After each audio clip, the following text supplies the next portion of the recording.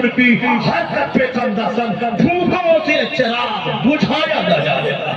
بھلے ہی آج وہ ناچ رہا ہے, آج وہ گا رہا ہے, آج وہ ڈھول بجا رہا ہے, صاحب جس کو فرصت نہیں پوجا کرنے کی, جس کو فرصت نہیں حرام کام سے بچنے کی, یہ آئے ہیں مندروں کے سامنے ناچنے کودنے, جو اپنی بیٹیوں کو تھال دے کے بھیجنے والا ہو اور خود گھر میں شراب پی کے ناچنے والا ہو, یہ آج صاحب سجا سوار کر کے ناچ کود رہے ہیں. جان لے یہ ناچنے والے وفادار نہیں ہے وہ اپنے مذہب کے, صرف مجھے چڑھانے کے لیے, مجھے جلانے کے لیے کہ ہم نے قلعہ فتح کر لیا, ہم نے ملک فتح کر لیا.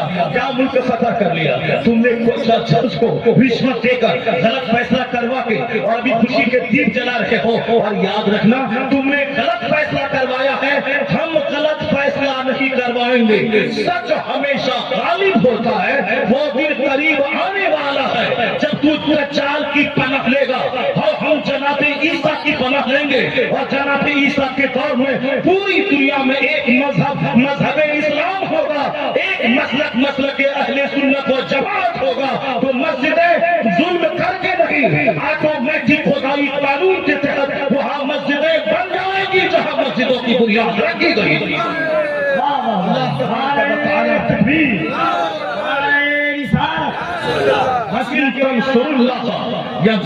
If you will help the religion of Allah, Allah will help you. اگر تم اللہ کے دین کی مدد کرو گے تو اللہ تمہاری مدد کرے گا. ایسا نہیں کہ میرا چہرہ کافروں کی طرح رہے, فتح ہم پہ نازل ہو جائے گی. میرا سر کا بال کافروں کی طرح رہے اور آسمان سے فتح نازل ہو جائے گی. میرے ہاتھ میں دھاگا کڑا اور پھٹا ہوا پینٹ کافروں کی طرح رہے اور فتح نازل ہو جائے گی. میرے گھر میں 10 گھنٹے تک گانے بجیں اور وہاں موسیقی بجے, پیانو بجے اور کامیڈی ہو اور ہاف چڈی پہن کے گھر میں میاں بیوی کے ساتھ اور بچوں کے ساتھ ناچے کودیں, انجوائے کریں اور اللہ کی رحمت نازل ہو جائے. ایسا نہیں ہے کہ مسجدیں ویران ہو جائیں اور اللہ مدد مجھ پر نازل فرما دے. اگر اللہ مدد نازل فرما دے گا اور میرا سر سے لے کے پاؤں تک سارا حلیہ کافروں جیسا رہے گا تو میری شرارت تو اور بڑھ جائے گی, میرا زنا تو اور بڑھ جائے گا, میری شراب نوشی تو اور بڑھ جائے گی. چاہے ہم جیسی بھی نہیں, اللہ مدد نازل کر رہا ہے. ایسا نہیں ہوتا ہے. اور یہ بھی تم مت سمجھنا کہ اسلام دنیا سے مٹ جائے گا اور اس طرح سے اسلام کی سچائی ختم ہو جائے گی. چلانے سے, بولنے سے اور تقریر سے ایسا کچھ نہیں ہوگا. ایسا نہیں ہوتا ہے. سنو کہانی. آج سے 800 سال پہلے بغداد جو اسلام کی راجدھانی کا شرف جس کو حاصل تھا, وہاں جب لوگوں نے ستا کی خاطر وہ سب کام کرنا شروع کیا جو ایک مشرک کرتا ہے, یعنی نمازوں سجدوں میں دل بہلانے کے ذریعے وہ لوگ ستا کی خاطر آپس میں دشمنی شروع کر دی, آپس میں اختلاف شروع کیا, آپس میں جنگ شروع کر دی. سجدہ غائب ہے, اب کرسی کا شوق مل گئی, بڑھ گیا. وہ شراب جس کو اسلام نے حرام قرار دیا ہے, وہ شراب نوشی اس کے گھروں میں ہونے لگی. وہ زنا جس کو اسلام نے مٹایا تھا, وہ زناکاری 300 لونڈیاں گھروں میں ناچنے لگی. ایک مجذوب بزرگ تھے جو بغداد کی گلیوں میں گھوم گھوم کر کہتے تھے, اے آرام کرنے والے, اے عیش کرنے والے, میں اپنی آنکھوں سے دیکھ رہا ہوں تمہاری گلیاں خون سے بھر جائیں گی, یہاں کے ندی نالے سب خون سے بھر جائیں گے, تیری لاشیں سڑ جائیں گی, کوئی تجھ کو دفنانے والا نہ ہوگا. وقت ہے ابھی توبہ کر لے, تیری بدعملی اللہ کے عذاب کو دعوت دے رہی ہے. اس مجذوب کو لوگوں نے کہا پاگل ہے, لوگوں نے کہا اسے پکنے دو, اس سے کیا ہوتا ہے, تو کچھ نہیں ہوگا, کچھ نہیں ہونے والا ہے. لوگوں نے مجذوب کا مذاق اڑایا. مجذوب نے اپنی بات کو نہیں بند کی, انہوں نے پھر گلی میں گھوم گھوم کر کہا, اے لوگوں اللہ سے ڈرو, مسجدوں کو آباد کرو, اپنے گھر سے شراب نکال دے, زناکاری سے توبہ کر لے, ورنہ میں دیکھ رہا ہوں دشمن حملہ کرنے والا ہے, تیرے بچے قتل ہونے والے ہیں, تمہارے گھر میں تیری لاشیں سڑنے والی ہے, بغداد کی گلیوں میں خون کی ندی بہنے والی ہے. لوگوں نے کہا یہ ہمارا مذاق کرکرا کر رہا ہے, کیسے ایسا ہو جائے گا, میری سلطنت, میری حکومت, مسلمانوں کی کروڑوں کی آبادی, بغداد میں ہر طرف چہل پہل, یہ کیسے ہوگا کہ خون کی ندی بہ جائے گی, اسے مارو اسے مجذوب کو, یہ کیوں ہمارا مذاق کرکرا کر رہا ہے. آج تمہیں لگ رہا ہے نا مولانا خطاب بند کر دیں, جمعہ کے دن 20 منٹ کی جگہ 30 منٹ خطاب ہوا تو تم کہتا ہے اس مولانا کو ہٹا دو, یہ خطاب 10 منٹ کرنا چاہیے, یہ 30 منٹ کر دیا, یہ قرات لمبی کر دیا, آپ انا آتینا کل کوثر تو نہیں پڑھ رہے ہو. یہ وہی بولتے ہیں جو جمعہ کی نماز کے بعد باہر دالان میں غیبت کی محفل سجا کے بیٹھے ہیں, باہر چوک پہ کھڑے ہوئے صاحب ادھر دو تلم ترانی ہانک رہے ہیں, مگر مسجد میں من نہیں لگتا. اسے ڈرایا جائے تو کہتا یہ مولوی صاحب کو ہٹاؤ یہاں سے, چپ چاپ نماز شوق میں پڑھاؤ, تقریر اور بھاشن بند کرو, کچھ نہیں ہونے والا ہے. یہ بھی وہی فرعونیت ہے جو آج بھی شریروں کو اچھی بات اچھی نہیں لگتی. ان خبیثوں مردودوں کو چاہیے تھا وہ توبہ کرتا, نیک بنتا, مسجدوں کا مذاق, جلسے کا مذاق, ان خبیثوں مردودوں کو وہ کہتا رہا ایک خبیث توبہ کر اللہ سے, عذاب آنے والا ہے, خون میں تیری کلیاں بہنے والا, تیری کلیوں میں خون بہنے والا ہے. لوگوں نے اتنا مارا اس مجذوب کو, کہا خبردار میری گلی میں نظر نہیں آنا, تم ہمارے عیش کا مذاق کرکرا کر رہے ہو, ہماری زندگی کو تم نے تبدیل کر دیا ہے, اپنا بھاشن بند کر. لوگوں نے بچوں کے ذریعے پہلے پتھر پھینکوایا, اس سے بھی نہیں رہا گیا, اس نے اپنی بات بند نہیں کی. لوگوں نے اتنا مارا کہ مجذوب بزرگ انتقال ہو گئے. ادھر انتقال ہونا تھا, ادھر راتوں رات چنگیز خان کا بیٹا ہلاکو تھا, اپنی فوج کو لے کر بغداد پہ حملہ کیا. اس قدر اتپات مچایا کہ 70,000 مسلمانوں کی کھوپڑی کاٹ کے اس کی مینار بنا کے اس پر بیٹھ کے شراب پینا شروع کیا. ساری مسجدیں توڑ ڈالی, سارے مدرسے کو اجاڑ ڈالا. فرید الدین عطار جیسے بزرگ جو تذکرۃ الاولیاء کے مصنف, ان کو تاتاریوں نے قتل کر دیا. نجم الدین کبرا جیسے بزرگ, اسے ان تاتاریوں نے ضبط کر دیا. اتنے بڑے بڑے بزرگوں کے ذبح کرنے کی جب خبر آئی, جو مسلمان بچے تھے سب سہم سے گئے تھے. ایسا نہیں کہ تاتاری سامنے موجود ہے, یہ مجھے اب مارنے کے لیے آ رہا ہے, میں یہاں سے بھاگ جاؤں. اس قدر ڈر تاتاریوں کا تھا کہ لوگ اپنی جگہ سے بھاگ بھی نہیں رہے تھے, بلکہ بیٹھ کر موت کا انتظار کر رہے تھے کہ اب وہ آنے والا ہے, میری نگاہوں کے سامنے میرے بچے, میری بیویاں, میری گردنیں کٹنے والی ہے. یہاں تک کہ بغداد کو مسمار کر دیا گیا, سارے لوگ کٹ گئے, بغداد اجڑ گیا, خون کی ندی بہ گئی, تمام کتابوں کو دریائے دجلہ میں پھینک دیا گیا. دریائے دجلہ کا پاکیزہ پانی کتابوں کی سیاہی سے کالا ہو گیا. ہر طرف خون ہی خون ہے, ہر طرف لاشیں سڑی ہوئی ہیں. ان لاشوں کو کھانے والے کتے بھی کم پڑ گئے تھے. اس قدر کہاں اس بغداد میں جہاں امام احمد بن حنبل کی قبر موجود ہے, اس بغداد میں جہاں حضرت موسیٰ قاسم کی قبر موجود ہے, اس بغداد میں جہاں معروف ترکی جیسے مجتبی الطبات بزرگ کی قبر موجود ہے, جہاں حضرت جنید بغدادی, حضرت سری سبکی کے مزارات موجود ہے, جہاں حضرت بہلول نقا کا مزار موجود ہے. ان سارے بزرگوں کے مزارات وہاں موجود تھے.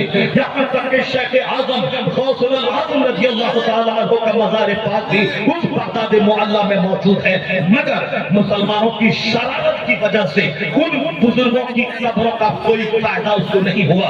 ان بزرگوں کی ناراضگی تھی جس کی وجہ سے قتل عام ہوا, بغداد خون میں ڈوب گیا. ان بزرگوں کے مزارات کی موجودگی میں ایک بزرگ نکلے زمین کے تہخانے سے تاکہ میں ان کافروں سے مقابلہ کروں, لیکن جب نکلا میدان میں تو دیکھا کہ سامنے جو تاتاری فوج تھی, اس فوج کے سروں پر انبیاء, اولیاء, صالحین کی روحیں تھی جو ان لوگوں کے سروں پہ مسلط تھی, اور وہ روحیں کہہ رہی تھی ایھا الکفرہ اقتلوا الفجر, یعنی اے کافروں ان بدکار مسلمانوں کو قتل کرو. وہ روحیں تھی. وہ بزرگ اپنے گھوڑے کو لیا, استبل میں باندھا اور تہخانے میں مسلح بچھا کے موت کا انتظار کرنے لگے. کیوں سمجھ گئے یہ خدائی عذاب ہے. ان کافروں کی گردنوں پہ صالحین کی روحیں ہیں, شہداء کی روحیں ہیں, اور وہ روحیں کہہ رہی ہیں کہ اے کافروں ان بدکار مسلمانوں کو ذبح کرو. اب انہوں نے سمجھ لیا یہ اللہ کا عذاب اس سے زیادہ مشکل ہے. اللہ ان شریف مسلمانوں کو جب تک کیفر کردار تک نہیں پہنچا دے گا, یہ فوج بغداد میں مسلط رہے گی. بدعملی کی سزا ملی, مسلمان ذبح کر دیے گئے. اور آج جس حال میں تم جی رہے ہو, جلسے کا احترام ختم, مسجد کا احترام ختم, 1000 کی آبادی میں 99 لوگ گھر میں سوئے ہیں, ایک بوڑھا جس کا کوئی کام نہیں ہے وہ مسجد میں جا کے بیٹھا ہوا ہے. اس حال میں یہ بتا دے اگر آسمان سے آگ اتر جائے اس کا ذمہ دار کون ہوگا؟ اگر آسمان سے پتھر برس جائے اس کا ذمہ دار کون ہوگا؟ اگر زلزلے میں گاؤں والے کی لاشیں سڑ جائیں اس کا ذمہ دار کیا ہوگا؟ ان کافروں کے ناچنے کودنے سے کیا ہوتا ہے؟ اللہ 1 منٹ کا زلزلہ بھیج کر کئی کروڑ کو زمین میں دفن کر دیتا ہے. سونامی کا زلزلہ